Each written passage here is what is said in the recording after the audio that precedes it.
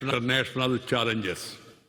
Our Constitution, in essence, is a statement of values, ideas, ideals, seeking to ensure justice, liberty, and equality for all in the true spirit of fraternity, and is a guide to peaceful democratic transformation, enabling the people to fulfill their aspirations. Our Constitution is marked by innovative borrowing from various sources and selective adoption, integrating the long-held indigenous values and Western concepts also. It exemplifies the essential Indian worldview that believes in welcoming noble thoughts from all over the world and adopting them in our national context. As we are all aware, it was the people of India who gave themselves this constitution through their elected representatives in the Constituent Assembly. The preamble summarizes the philosophy of the Constitution, in which the people preferred our country to be a democratic republic, thereby indicating the instrumentalities by which the intended socio-economic transformation was to be achieved. It has been our firm belief that people are at the center of our development. They are the agents of the transformation of our country. Their empowerment is the goal of all our efforts. Their aspirations steer our policies.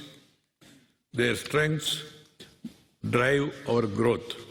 Democracy ultimately is about the people, their central role in governance, and it is they who determine who should govern, how should they govern, and what the governance should ultimately lead to. Keeping this perspective in view, we had taken the first major step towards democratic governance by introducing universal franchise right from the day when we became independent.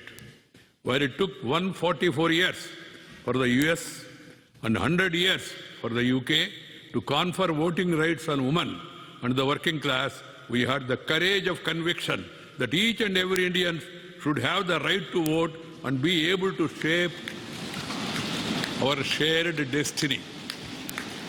I have referred to the preamble of the Constitution that mandated our country to be a democratic republic in order to share my thoughts on this solemn occasion on the functioning of our parliamentary democracy and its institutions. In a pluralist society like ours, with incredibly fascinating variety and diversity, debate and dialogue become the most important instruments for shaping public policies.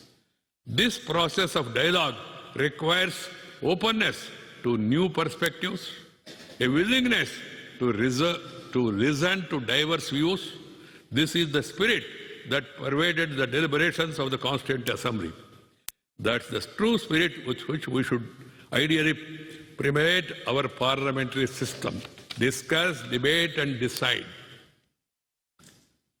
And in a democracy, what is important is tolerance towards the mandate of the people. I underline tolerance towards the mandate of the people. This should be the guiding principle.